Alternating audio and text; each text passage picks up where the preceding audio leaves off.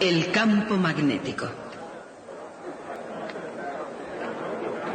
Hoy, nuestro héroe del día va a ser André-Marie Ampère.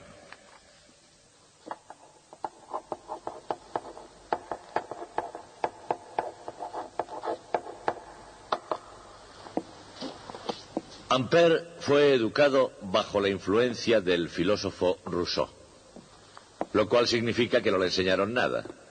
Simplemente lo situaron en una gran biblioteca y le dijeron, anda, aprende.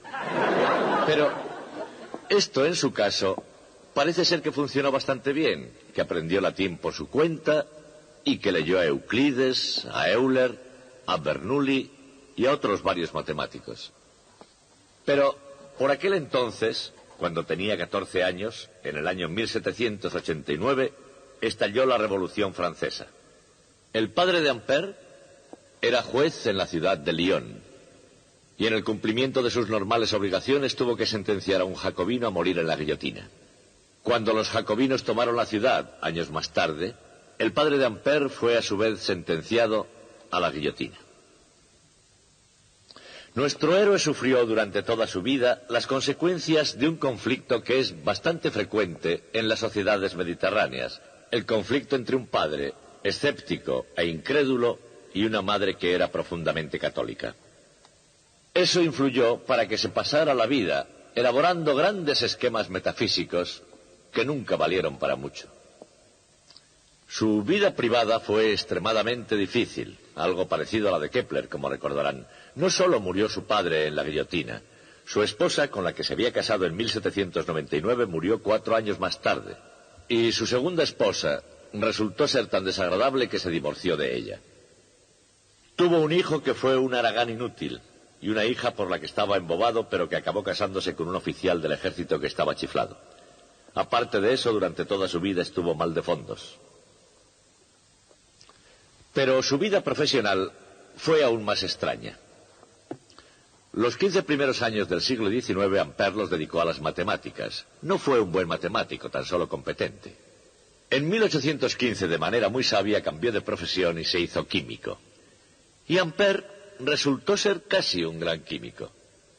Casi descubre el cloro, casi descubre el yodo y casi descubre la ley de Avogadro. En realidad, lo que el resto del mundo llama ley de Avogadro, en Francia se conoce como la ley de Ampère y de Avogadro. En cualquier caso, en 1820, Ampère ya había cumplido los 45 años y era un personaje secundario y muy mediocre en el mundo de la ciencia. Sin embargo, se diferenciaba de una manera decisiva de los demás científicos franceses. Ampère pensaba que los grandes descubrimientos científicos también podían hacerse fuera de Francia. En el año 1820, el gran descubrimiento de Ørsted cayó sobre Europa como un rayo desde el cielo. Los otros académicos franceses se negaron a creerlo porque les parecía imposible que algo tan importante hubiera sido descubierto en Copenhague. Pero Ampère aceptó inmediatamente el descubrimiento y entró a desarrollar sus consecuencias, y de esta forma consiguió todos sus grandes descubrimientos. Hoy nos ocuparemos precisamente de eso. Quiero que todos se sitúen a 180 grados mirándome a mí. Aquí, en este punto. 180 grados no significa que la gente esté detrás de mí. 180 grados son 180 grados. Vamos, den todos la vuelta y júntense aquí. Quiero que todos recuerden cómo se cuentan los pasos. Y no quiero que nadie se traiga la caja. Sí, yo sé que algunos quieren traerla. Pero eso es cosa de los ingenieros. Todas las cajas están allí. ¿De acuerdo? Que nadie vuelva y me diga, Sargento Fillmore, la caja no está allí. Porque yo traje un grupo aquí la semana pasada y las cajas estaban. A primera vista no parece que estos marines de los Estados Unidos tengan mucho en común con el físico francés del siglo XIX, André-Marie Ampère. Pero, como sucede con frecuencia, aquí hay algo más de lo que se ve a simple vista.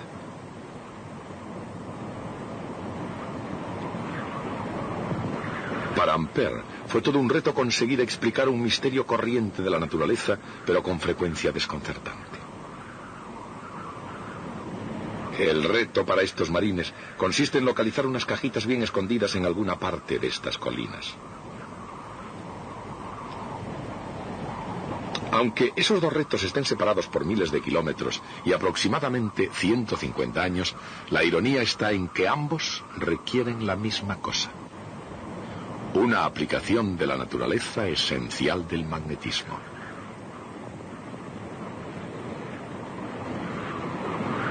Para vuestros propósitos es un paso duro. Con la cabeza recta compruebo el azimut. Tengo mi índice para comprobar, y veo que mi índice indica 340 grados y todavía puedo proyectar el azimut hacia el cabo Salazar. De esta forma sé dónde estoy enclavado. En 1820, Hans Christian Ørsted descubrió que las corrientes eléctricas producen fuerzas magnéticas y que esas fuerzas hacen que los imanes apunten siempre en dirección perpendicular a la dirección de la corriente.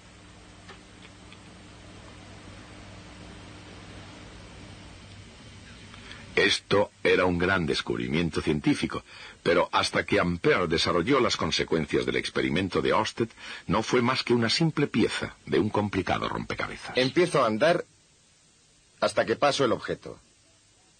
Voy contando los pasos desde donde hice mi último movimiento de observación, pasado este punto, aquí. Lo demás ya es sencillo. Lo mismo que todo el que empieza en un campo nuevo, Ampère avanzó paso a paso, armado con el descubrimiento de Ørsted. Ahora avanzo 3 pasos. Doy 3 pasos así, en esta dirección. Una vez que llego aquí, hago otro movimiento de observación. Si me he perdido, tomo el azimut de nuevo. Pero estos marines americanos tienen al menos una ventaja que Ampère no tuvo. En vez de trabajar por unos tranquilos parajes como estos, el señor Ampère inició su carrera científica en el sangriento pandemonium de la Revolución Francesa.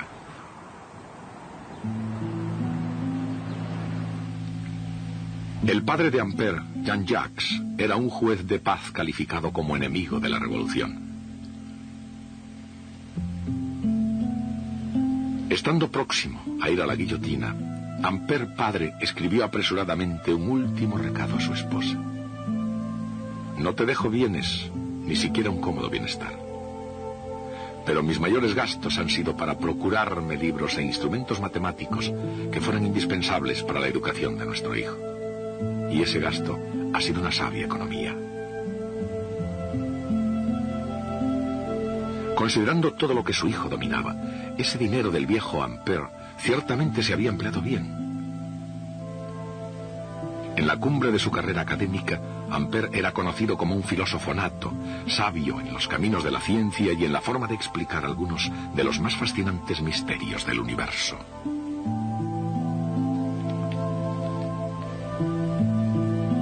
Pero actualmente a Ampère se le recuerda más por sus trabajos sobre electricidad y magnetismo. Y dichos trabajos comenzaron por el hecho de que la corriente eléctrica que circula a través de un hilo metálico rectilíneo y largo produce un campo magnético que gira alrededor del alambre. Pero, ¿cómo varía la intensidad del campo con la distancia al alambre?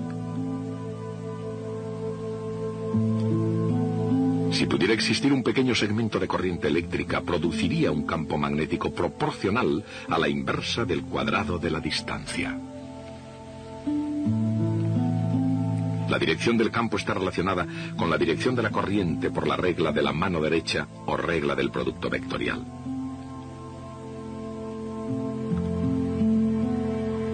Y el campo será mayor cuando el segmento de corriente y el vector distancia sean perpendiculares.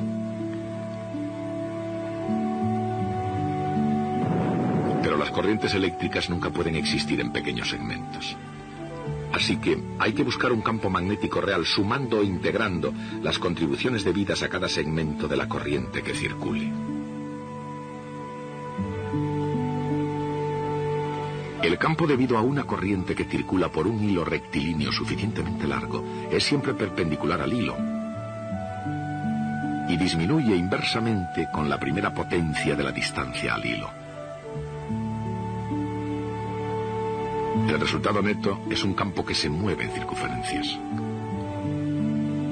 Las líneas de fuerza son circunferencias concéntricas con el hilo, y el campo es constante a lo largo de cada circunferencia. Por otra parte, si el alambre se curva formando un lazo, la corriente que circula por él produce lo que se conoce como campo de un dipolo.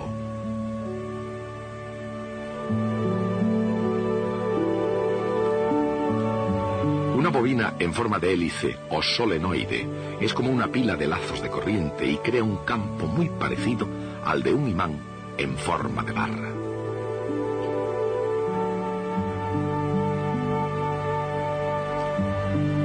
Si el solenoide se curva de modo que su eje forme una circunferencia, la especie de rosquilla que se forma recibe el nombre de toroide. El campo magnético de un toroide está contenido totalmente en el interior de la bobina. No hay en absoluto líneas de campo en el exterior. Jefes de tiro, extiendan los mapas de modo que los componentes de su equipo puedan ver de qué estamos hablando. Ahora, una vez que lo tengo abierto de modo correcto, puedo proseguir y comenzar a disparar. Fijo mi mano derecha en la izquierda. Sin embargo, es obvio que la Tierra no es una rosquilla. Su campo es como el de una barra imantada con flujo en el exterior suficiente como para ejercer una fuerza sobre la aguja de una brújula.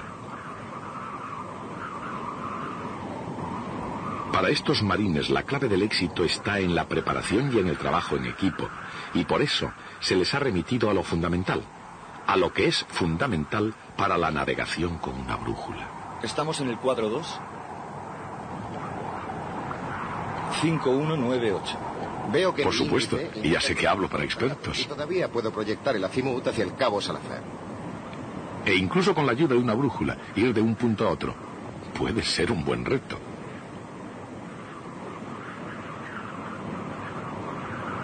Muy bien, durante todo el camino de vuelta, sigan esa zona de hierba hasta donde parece que se termina la Tierra.